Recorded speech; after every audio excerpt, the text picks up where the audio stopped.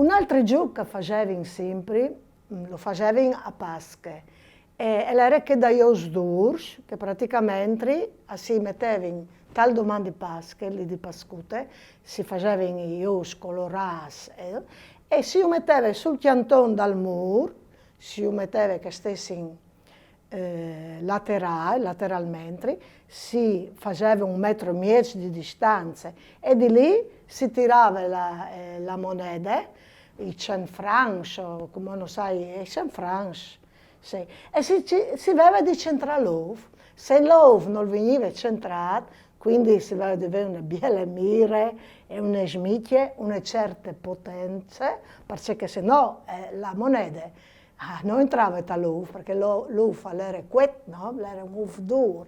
Quindi si doveva tirare con una certa forza e che lo chiappava l'uovo, insomma, che era già una roba importante.